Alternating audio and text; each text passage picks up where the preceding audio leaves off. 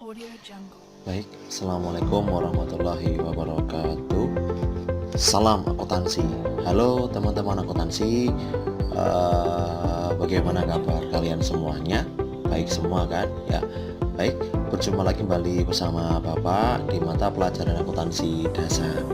Pada kesempatan yang baik ini, kita berjumpa kembali pada pertemuan yang kelima ya di mata pelajaran akuntansi dasar, yang nanti Pak berharap untuk video ini anak-anak dan teman-teman semuanya bisa mencermati dan bisa dicatat di rumahnya masing-masing.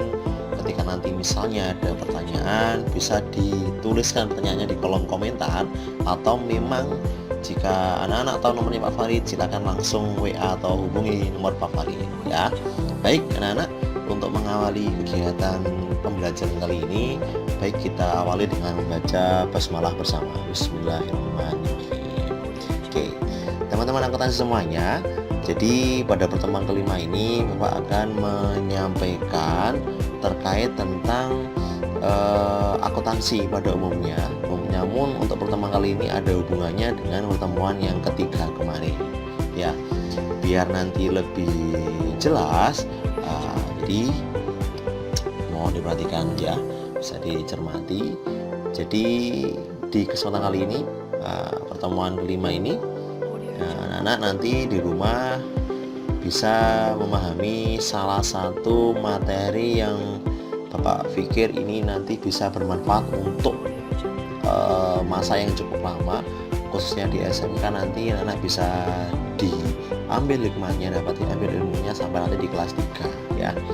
Apa-apa untuk kompetensi dasarnya. Jadi untuk pertemuan yang kelima ini, kita nanti akan belajar mengenai siklus akuntansi dan juga pengelompokan tahapan siklus akuntansi. Namun pada pertemuan kali ini nanti ada beberapa indikator yang harus kita bahas bersama ya. Ada kurang lebih kalau nggak salah ini ada 8 ya, kalau nggak 9 indikator. Jadi 7, ada 7 indikator.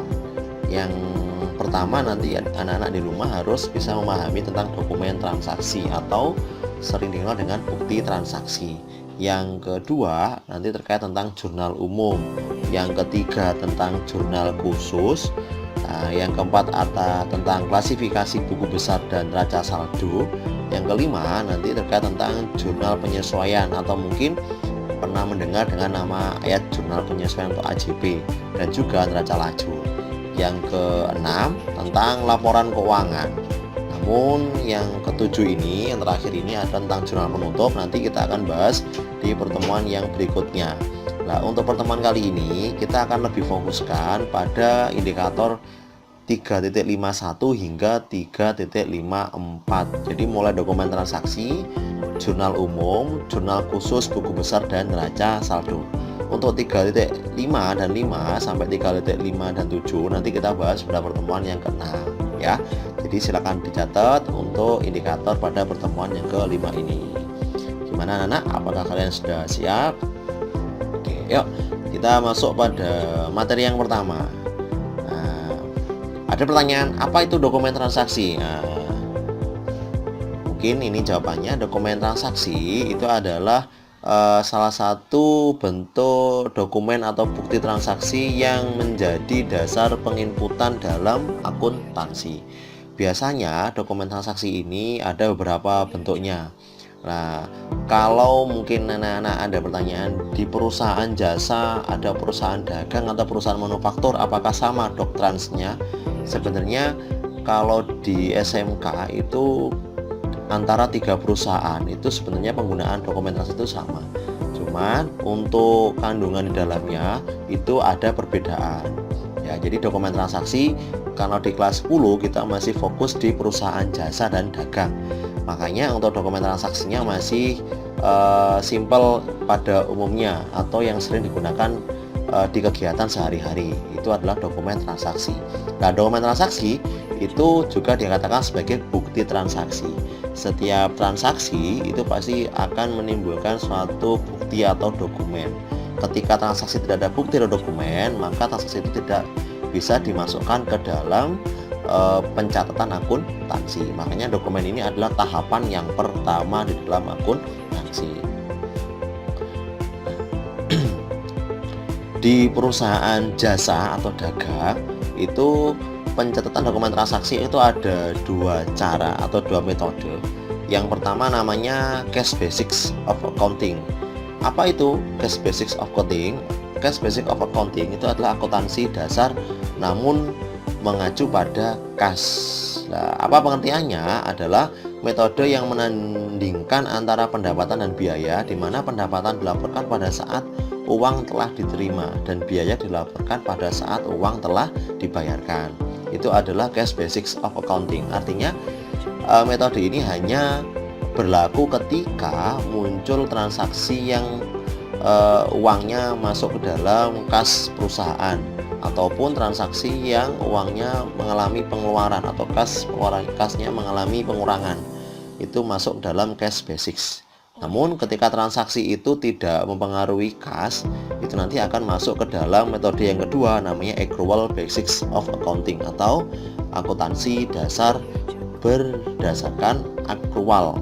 Artinya pendapatan dilaporkan pada saat terjadinya transaksi dan biaya yang dilaporkan pada saat biaya tersebut diperlukan untuk menghasilkan pendapatan usaha. Jadi seluruh transaksi yang tidak terdapat penambahan atau pengurangan kas di dalam perusahaan itu akan dimasukkan ke dalam Accrual Basics.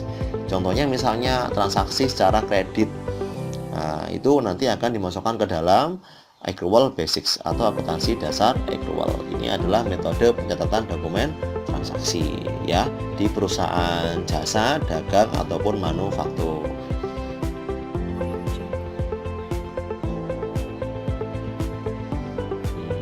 Ya.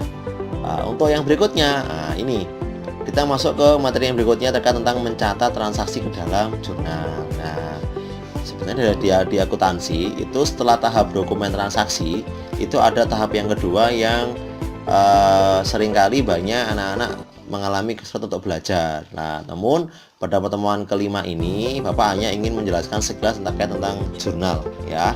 Oke. What is the journalizing? Apa itu jurnal? Nah, jurnal itu berasal dari bahasa Prancis yang artinya buku harian. Jadi, jurnal dapat diartikan sebagai buku harian yang digunakan untuk mencatat semua transaksi yang terjadi berupa pendebitan dan pengkreditan beserta penjelasan yang diperlukan secara kronologis. Dalam jurnal ada istilah namanya debit dan kredit. Debit itu artinya adalah uang milik pribadi atau milik perusahaan. Seluruh kekayaan atau nama lainnya di dalam akuntansi itu namanya adalah aktiva. Nah, aktiva itu artinya adalah seluruh harta yang dimiliki oleh perusahaan. Biasanya itu nama lainnya adalah pendebitan. Nah, selain itu ada namanya pengkreditan. Apa pengkreditan? Itu adalah harta yang dimiliki oleh perusahaan namun sifatnya itu harus dikembalikan atau bukan miliknya sepenuhnya di perusahaan. Seperti misalnya utang. Utang itu diperoleh kasnya dari peminjaman. Namun harta dari peminjaman itu masuk dalam hartanya perusahaan. Jadi di dalam jurnal itu ada debit dan kredit. Jadi anak-anak nggak usah bingung dulu, karena ini masih penjelasan hanya mengenalkan mengenai jurnal. Jadi nanti kita akan lebih bahas lebih detail ketika nanti ada tatap muka di sekolah ya. Oke.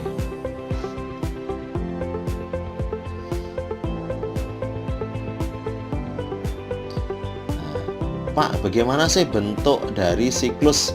Jadi kalau anak-anak mempertanyakan apakah dokumen transaksi dari jurnal kemudian langsung sudah selesai, nah ini adalah siklus atau bagian dari akuntansi.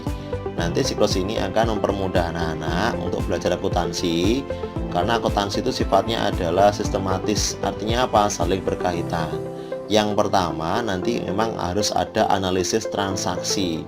Kalau tidak ada transaksi, maka dalam kegiatan akuntansi itu tidak bisa dilaksanakan. Transaksi pun tidak akan pernah bisa dilanjutkan ke tahap berikutnya ketika tidak ada dokumen transaksi seperti yang Pak Farid tadi sampaikan ya. Setelah transaksi maka akan dicatat ke dalam jurnal. Di jurnal nanti ada debit sama kredit yang tadi saya jelaskan. Setelah di jurnal nanti akan diposting ke dalam buku besar ya. Nanti akan kita bahas habis ini ya. Setelah ke posting ke buku besar nanti akan direkap ke dalam neraca saldo. Nah, nanti juga akan kita bahas di pertemuan kali ini. Setelah di neraca saldo, nah ini ada lagi namanya pencatatan posting jurnal ya. Nah, jurnal ini biasanya berkaitan tentang apa? Jurnal penyesuaian ya, untuk transaksi-transaksi yang memang harus disesuaikan. Setelah ada jurnal penyesuaian, ada yang berikutnya namanya neraca saldo setelah penyesuaian. Nah, nanti kita bahas di pertemuan yang ke-6 ya, atau yang ke-7 nanti ya. Di neraca saldo setelah penyesuaian ini selesai, maka nanti akan dimasukkan kembali ke dalam namanya neraca lajur. Nah, ini mungkin sebelumnya ini nomor 7 ini ada namanya neraca lajur. Nanti kita juga bahas di pertemuan yang ke-6 atau ke-7 ya. Nah, setelah neraca lajur baru nanti akan ketemu apakah laporan kita mengalami keseimbangan atau tidak. Setelah itu baru kita buatlah laporan keuangan. Di laporan keuangan inilah kita akan mengetahui perusahaan itu mengalami laba atau rugi ya. Setelah laporan keuangan selesai, baru kita akan membuat jurnal penutup untuk mengetahui dan untuk menstandarkan antara harta di awal dengan harta di akhir periode. Dan terakhir adalah neraca saldo setelah penutupan. Jadi ini adalah siklus dalam akuntansi yang nanti kita harus bahas, kita harus pahamkan bersama untuk persiapan di semester yang kedua dan juga untuk di kelas 2 dan kelas 3 ya. Jadi anak silakan dicermati ya. Memang dengan kondisi seperti ini harus sedikit membaca dan melihat. Kalau memang nanti nggak paham bisa ditanyakan melalui kolom komentar atau bisa melalui WA ke Pak Farid ya. Jadi ini adalah siklus akuntansi. Kembali ke ini jurnal umum. Bagaimana sih Pak bentuknya jurnal umum? Jadi jurnal umum itu bentuknya adalah seperti ini. Jadi kalau anak-anak nanti di rumah ini silahkan dicatat di bukunya sampean semuanya. Jadi jurnal umum itu ada namanya kepala jurnal. Nah, di kepala ini atau kop ini kita harus menuliskan nama perusahaan. Di bawahnya dituliskan jurnal umum atau kalau dalam bentuk bahasa Inggris namanya entry journal ya. Bawahnya lagi ini periode. Pak, periode itu apa? Periode itu adalah waktu dan tanggal penulisan jurnal. Biasanya periode ini ditetapkan di akhir bulan atau di akhir periode atau akhir tahun. Ketika di akhir bulan maka tulis aja di periode ini itu adalah 31 misalnya 31 Agustus 2020 atau di akhir tahun kan 31 Desember 2020. Ini wajib ada kop jurnal atau kepala jurnal. Lanjut di bawahnya lagi yang kuning-kuning ini, nah, dari yang sebelah kiri itu ada tanggal, ada nomor bukti ya atau nomor bukti, kemudian ada nama akun atau keterangan, ada ref, ada debit dan ada kredit. Tadi sedikit kita singgung ya, debit dan kredit. Dari yang pertama dulu tanggal. Apa tanggal itu? Nah, tanggal itu adalah digunakan untuk mencatat tanggal, bulan dan tahun terjadinya transaksi. Misalnya nomor di kolom tanggal ini kita tuliskan ada pemasukan kas, misalnya tanggal 1 bulan 8 2020. Maka terus nih tanggal 1 ya bulan 8 2020 atau 1 strip 8 strip 2020 itu boleh. Bebas ya, yang penting tertera tanggal, bulan dan tahun. Nomor 2 itu adalah nomor bukti transaksi. Biasanya nomor 2 ini atau bukti transaksi ini berhubungan dengan surat bukti transaksi atau nanti akan dimasukkan ke dalam posting buku besar ya. Ada juga dalam buku yang Pak Farid baca, nomor bukti ini diisi oleh nomor dari dokumen transaksi yang diambil ya. Nanti akan Pak Farid beritahu di pertemuan yang ke-7 ya, terkait tentang lebih detailnya mengenai dokumen transaksi ya. Nomor 3, nama akun itu adalah kita isi dengan daftar akun. Biasanya nanti ada kas, ada piutang, ada sewa di demo dan sebagainya. Nanti akan Pak Farid juga jelaskan di pertemuan yang ke-7. Jadi ini cukup pengenalan dulu ya. Yang nomor 4 itu adalah referensi. Referensi ini biasanya akan diisi ketika jurnal ini sudah diposting ke dalam buku besar. Maksudnya gimana Pak? Maksudnya ini adalah terkait tentang nomor posting buku besar ya. Di setiap buku besar nanti akan kita bahas berikutnya itu ada nomornya. Nah, nomor itu nanti akan kita masukkan ke dalam jurnal umum. Yang nomor 5 ini adalah kolom debit. Harus kita isikan untuk akun-akun yang berasal dari bagian debit atau harta. Misalnya apa Pak? Misalnya ada kas, ada piutang, ada sewa, ada perlengkapan, ada peralatan dan kendaraan, tanah ya, itu ada investasi dan sebagainya, itu di kolom debit. Sedangkan di kolom kredit itu juga sebaliknya, kita akan mengisikan beberapa akun yang harus kita masukkan di kredit. Misalnya ada utang, ada modal, ada pendapatan, ada beban, dan akun-akun lain yang memang harus dituliskan nominalnya di kredit. Nah, untuk kolom debit dan kolom kredit ini itu nanti akan diisi apa Pak? Apakah diisi nama akunnya? Tidak, tapi diisi berapa jumlah nominalnya ya. Jadi misalnya di kas ada 1 juta, maka kita tuliskan di kolom debit 1 juta. Jadi ini adalah jurnal umum atau bahasa Inggrisnya namanya entry journal ya. Silakan dicatat terlebih dahulu. Bapak berharap nanti kita kalau ada tatap muka kita bahas bersama secara lebih detail ya. Oke, lanjut.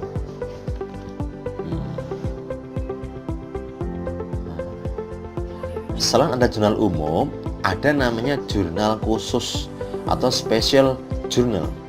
Apa itu Pak special journal? Jurnal yang muncul di perusahaan dagang dan perusahaan manufaktur. Kalau jurnal umum itu muncul di perusahaan jasa, perusahaan dagang, dan perusahaan manufaktur. Namun ada namanya jurnal tambahan namanya special journal. Jurnal ini muncul di perusahaan dagang dan manufaktur. Di perusahaan jasa apakah nggak muncul Pak? Tidak, karena berkaitan dengan barang dagangan. Nah, di perusahaan jasa kan tidak ada jual beli barang, adanya transaksi jasa, makanya jurnal khusus itu tidak muncul. Apa aja jurnal khususnya? Ini yang pertama namanya jurnal pembelian ya. Jurnal pembelian itu adalah jurnal untuk mencatat pembelian barang dagang secara kredit. Jadi seluruh transaksi itu merupakan pembelian barang dagang namun tidak mengeluarkan uang atau kredit, itu akan dimasukkan ke dalam jurnal pembelian. Berikutnya ada namanya jurnal penjualan. Apa jurnal penjualan? Jurnal untuk mencatat penjualan barang dan dagang namun sama dengan pembelian, yaitu secara kredit. Jadi seluruh transaksi penjualan barang dagang namun dilakukan secara kredit itu dimasukkan ke dalam jurnal penjualan. Yang ketiga ada namanya jurnal penerimaan kas. Apa itu Pak? Yaitu jurnal untuk mencatat penerimaan kas dari segala sumber penerimaan. Artinya apa? Seluruh transaksi jual ya, menjual barang dan dapat uang itu harus dimasukkan ke dalam jurnal penerimaan kas. Ada uangnya loh ya. Kalau tadi menjualan secara kredit itu dimasukkan jurnal penjualan. Yang keempat namanya jurnal pengeluaran kas, yaitu jurnal untuk mencatat pengeluaran kas untuk seluruh kebutuhan. Ketika ada pembelian, pembayaran, dan itu harus mengeluarkan uang atau kas, itu akan dimasukkan ke dalam jurnal pengeluaran kas. Dan terakhir, ini loh Pak, kok ada jurnal lagi? Ketika ada transaksi tidak bisa dimasukkan ke dalam 4 jurnal, jurnal pembelian, jurnal penjualan, penerimaan kas dan pengeluaran kas, maka akan dimasukkan ke jurnal umum. Loh Pak, apa bedanya jurnal umum ini dengan yang sebelumnya? Kalau sebelumnya itu untuk mencatat seluruh transaksi, baik tunai, kredit, ya. Namun kalau jurnal umum yang di sini itu khusus untuk mencatat transaksi yang tidak bisa dimasukkan ke dalam 4 jurnal yang lain. Misalnya apa? Misalnya adalah retur pembelian. Apa itu retur, Pak? Retur itu adalah pengembalian barang, ya, bisa akibat barangnya rusak atau barangnya tidak sesuai. Tapi ini akan lebih kita bahas lebih detail di semester yang kedua, ya. Jadi ini hanya pengenalan sekelas tentang jurnal khusus atau spesial jurnal, ya. Sekali lagi dicatat di bukunya masing-masing. Pak, ini apa bedanya jurnal umum dan jurnal khusus? Jadi memang ada sedikit perbedaan, ya. Yang pertama, kalau jurnal umum itu bentuknya. Untuk jurnal umum itu ada 2 kolom, ada akun, debit, dan kredit. Sedangkan kalau jurnal khusus itu ada banyak sekali kolomnya. Lupa seperti apa bentuknya, nanti kita bahas di pertemuan yang selanjutnya, ya, atau di semester yang kedua. Perbedaan yang berikutnya adalah postingnya ke buku besar. Ketika jurnal umum itu dapat dilakukan setiap adanya transaksi. Jadi habis ada transaksi bisa kita langsung masukkan ke posting buku besar. Sedangkan untuk jurnal khusus itu harus selesaikan terlebih dahulu untuk seluruh transaksi, baru kita bisa pindahkan atau posting ke buku besar. Perbedaan yang ketiga terkait transaksi itu semua jenis transaksi harus dicatat dan secara teraktual. Sedangkan kalau di jurnal khusus seperti yang saya sampaikan, transaksinya tunai ya di penerimaan kas atau pengeluaran kas, ketika kredit bisa pembelian atau penjualan. Artinya itu ada kelompoknya. Yang berikutnya perbedaannya, jurnal umum terkait tentang pencatatan bisa dilakukan oleh 1 orang. Namun kalau jurnal khusus itu harus beberapa orang. Makanya kalau nanti anak sudah lulus kerja di perusahaan yang benefit, biasanya setiap jurnalnya akan dipegang oleh 1 orang. Jadi ya, perbedaan yang terakhir, manfaatnya. Kalau jurnal umum itu hanya berapa pada perusahaan jasa, ini, dan beberapa perusahaan dagang yang menerima transaksi sedikit. Jadi kalau jurnal umum hanya bisa digunakan di perusahaan yang sifatnya adalah mikro atau kecil. Namun kalau jurnal khusus ini bisa dimanfaatkan oleh perusahaan yang besar, baik itu dagang dan juga manufaktur. Ini adalah perbedaan dari jurnal umum dan jurnal khusus. Anak mungkin bisa dicatat dulu, Bapak kasih waktu, ya.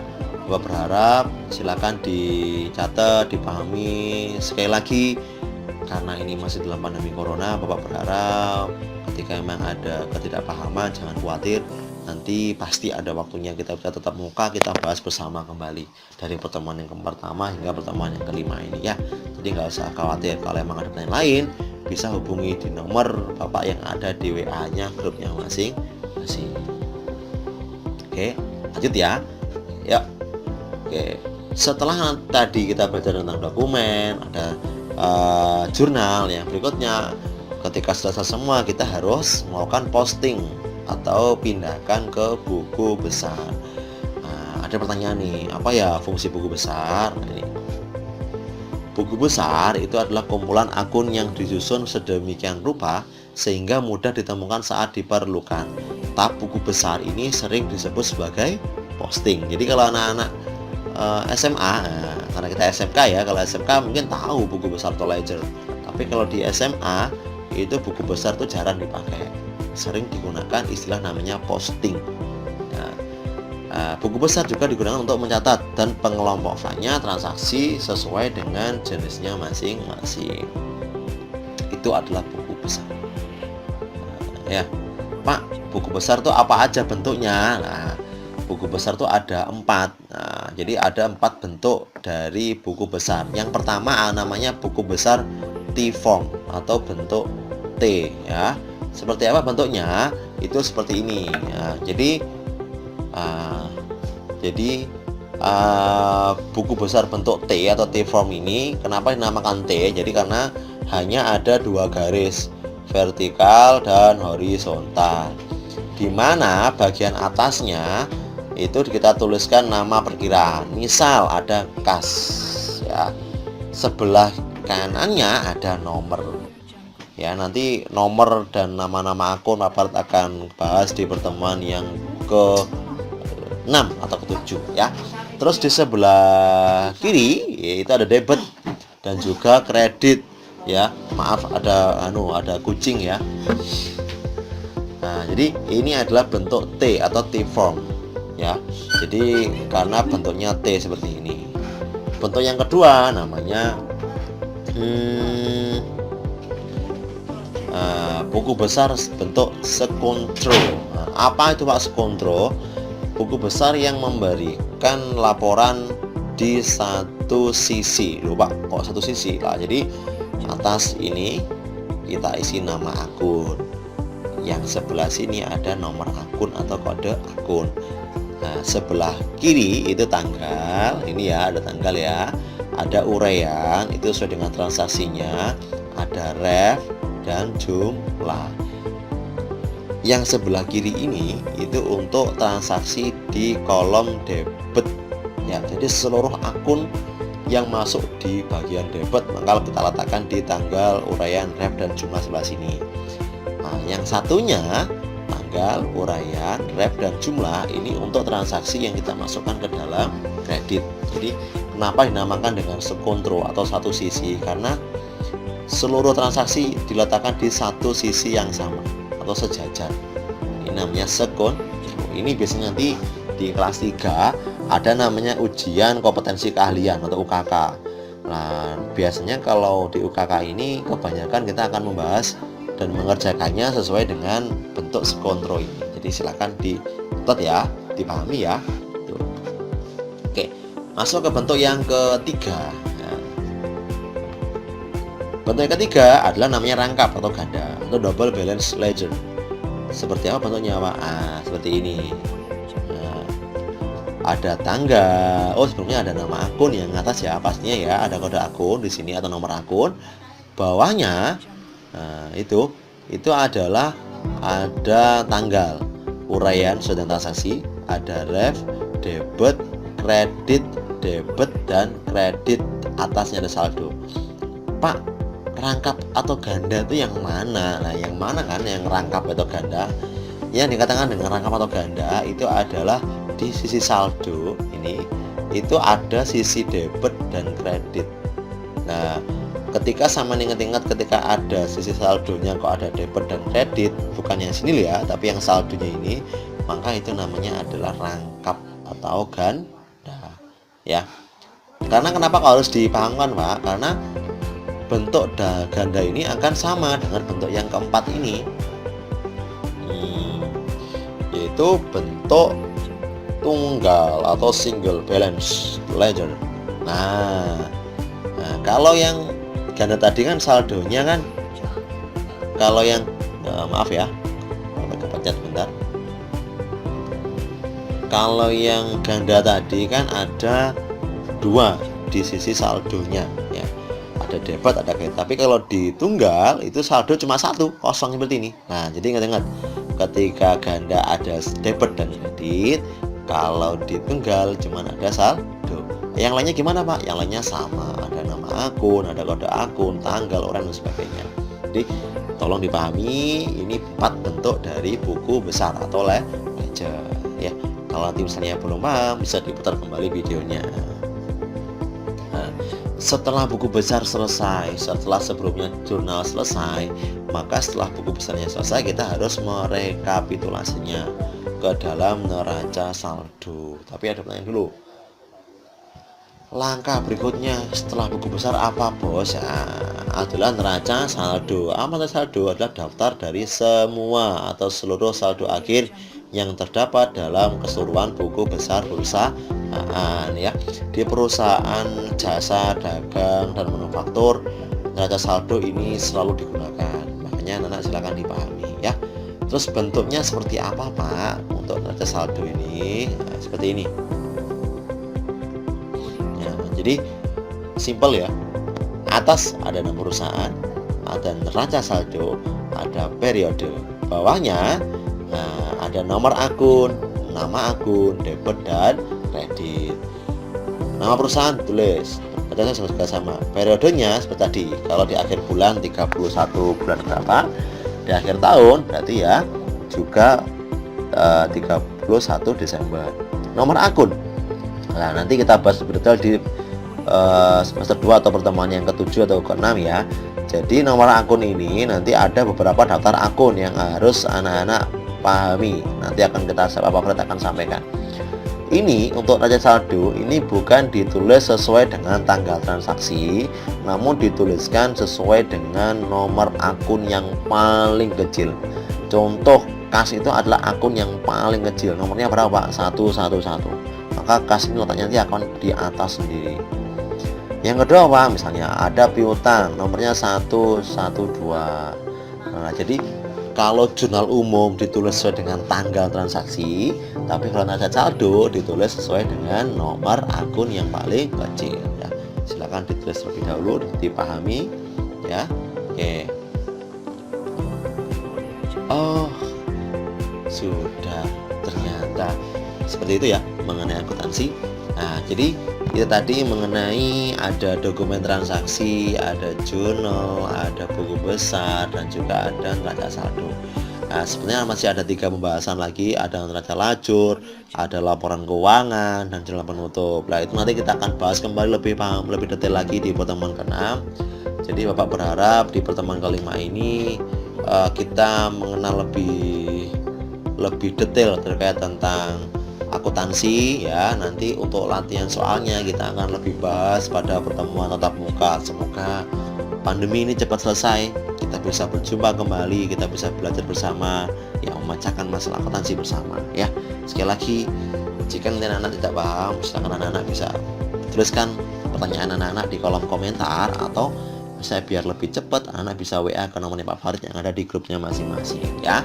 Terima kasih, tetap jaga kesehatan, tetap di rumah, belajar yang rajin, patuhi tetap protokol kesehatan COVID-19. Demikian dari Pak Farid, kurang lebihnya saya mohon maaf. Salam akuntansi. Assalamualaikum warahmatullahi wabarakatuh.